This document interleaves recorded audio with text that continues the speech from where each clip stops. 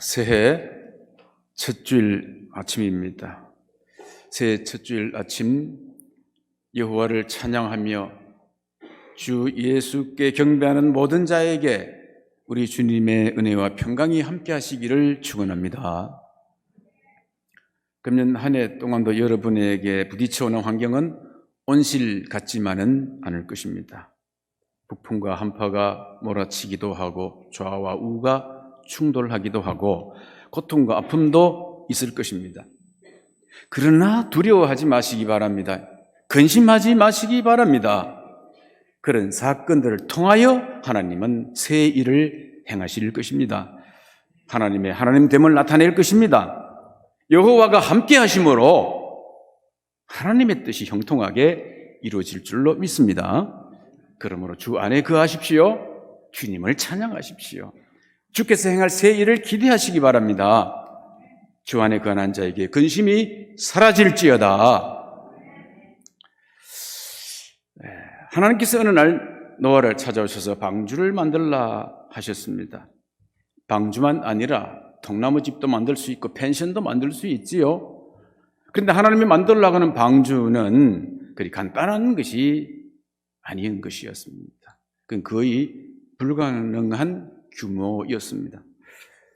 그 누구도 예 알겠습니다 이렇게 대답할 그런 정황이 되지 않는 명령이었기 때문에 그렇습니다. 120년 동안에 얼마나 힘들고 어렵고 고통스러운 난관이 많았는지 말로 할 수 없습니다. 그런데 그럼에도 불구하고 그리 했더니 결국은 그것이 곧 자신을 구원하고 자기 가족들을 살리는 도구가 된 것입니다. 이것이 바로 하나님이 우리를 구원하시는 방법입니다. 아브라함도 그랬고 요셉도 그랬고 모세도 그리했습니다. 여러분이 진정 그리스도 안에 있다면은 여러분에게 주어지는 그 시련이 여러분을 구원하게 될 것입니다. 여러분을 주는 그 시련이 여러분을 겸손하게 만들 것입니다. 우리 다 함께 주 안에 있는 나에게 딴 근심이 있으랴 십자가 밑에 나가 내 짐을 풀었네 주님을 찬송하면서 할렐루야 할렐루야 내 앞길 멀고 험해도 나 주님만 따라가리. 아멘. 방주가 완성되자 홍수가 일어나기 시작했습니다.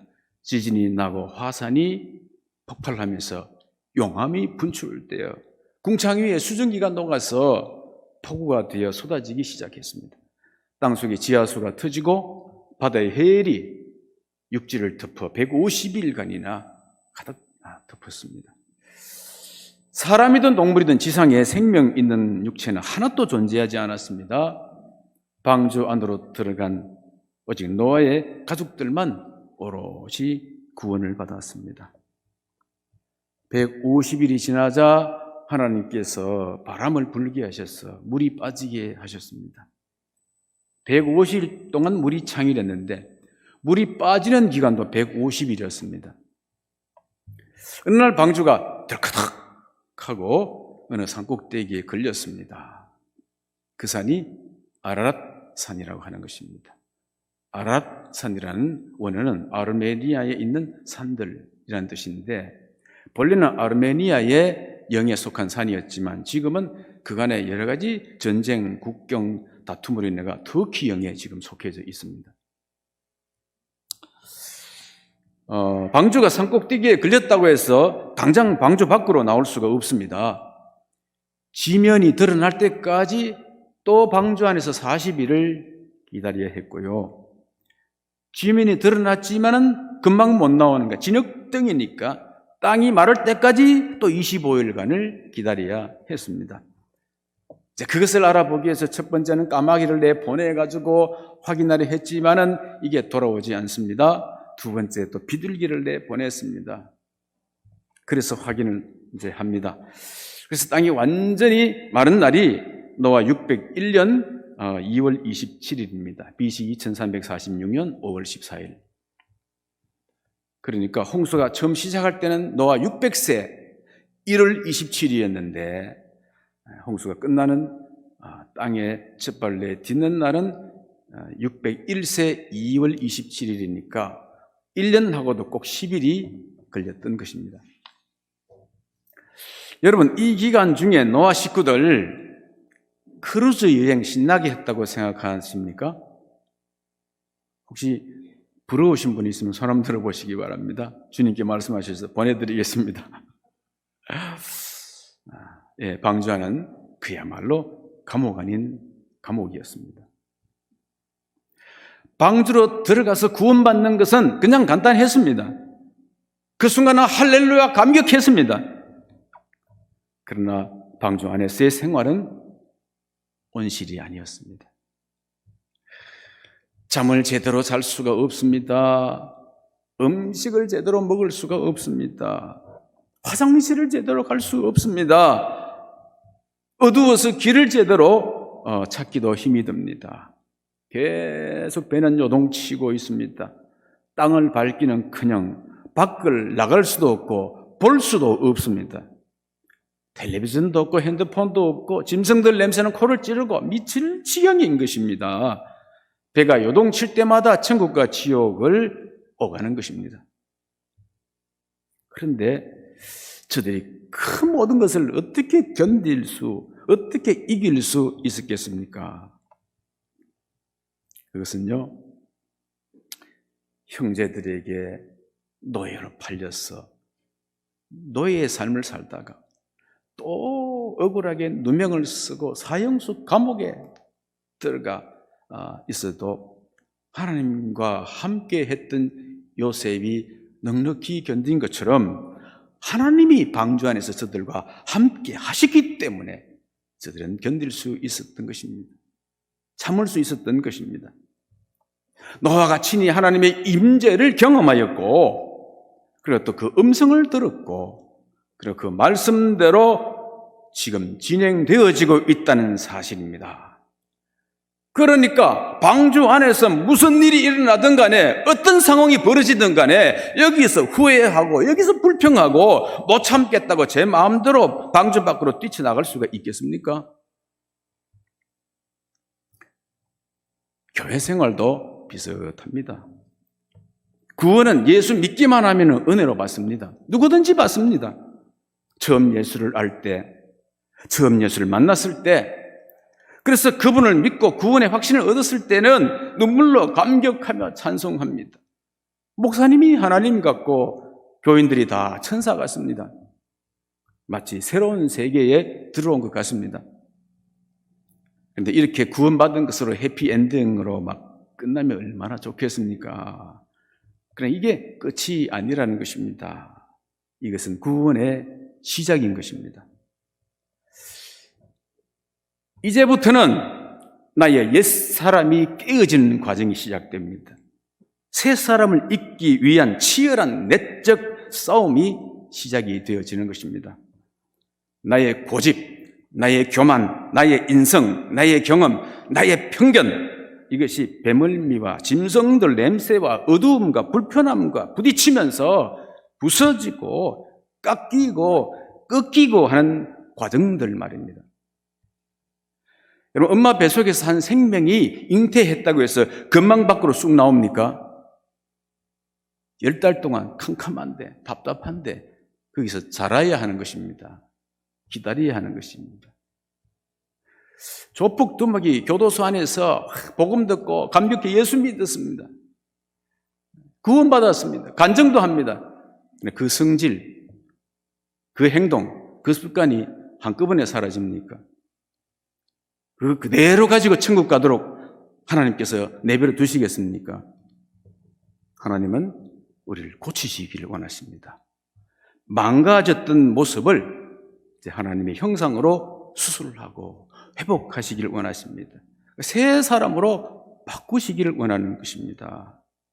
자기를 부인하는 데까지, 자기 그 십자가를 질 수 있을 때까지 성화에 이르도록 성장시켜 가기를 원하시는 것입니다.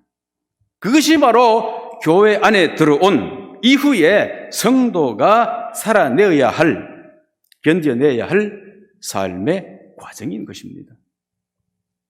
어떤 사람은 예수 믿고 구원받았는데 왜 이 신앙생활이 이렇게 힘이 듭니까? 하는 사람이 있어요. 아주 10년, 20년 지나도 그렇게 질문하는 사람이 있습니다. 어쩌면 실제 그럴 수 있습니다. 이전처럼 내 마음대로 못하거든. 그전에는 내 마음대로 했다고, 내 마음대로 살았다고요. 그렇기 때문에 지금 그렇게 못하니 더 고달플 수가 있습니다. 더 불편할 수가 있고 더 답답할 수가 있습니다. 그러나 방주 안에서의 삶이 어떤 것인지를 깨닫는다면 바로 이러한 사실 자체가 은혜가 되고 이러한 사실 때문에 감사하게 될 것입니다. 물론 이런 과정 속에서 성령이 함께하지 않으면 나 혼자는 견딜 수가 없습니다. 방주 밖으로 뛰쳐나가서 바다로 뛰어들 수도 있습니다. 그러나 성령 하나님과 늘 함께 한다면 사형수 감옥에 갇힌 요셉처럼 무슨 일이 닥칠지라도 그를 통해서 하나님이 함께 하시는, 하나님이 하실 일들에 대한 형통함이 이루어지게 되어지는 것입니다.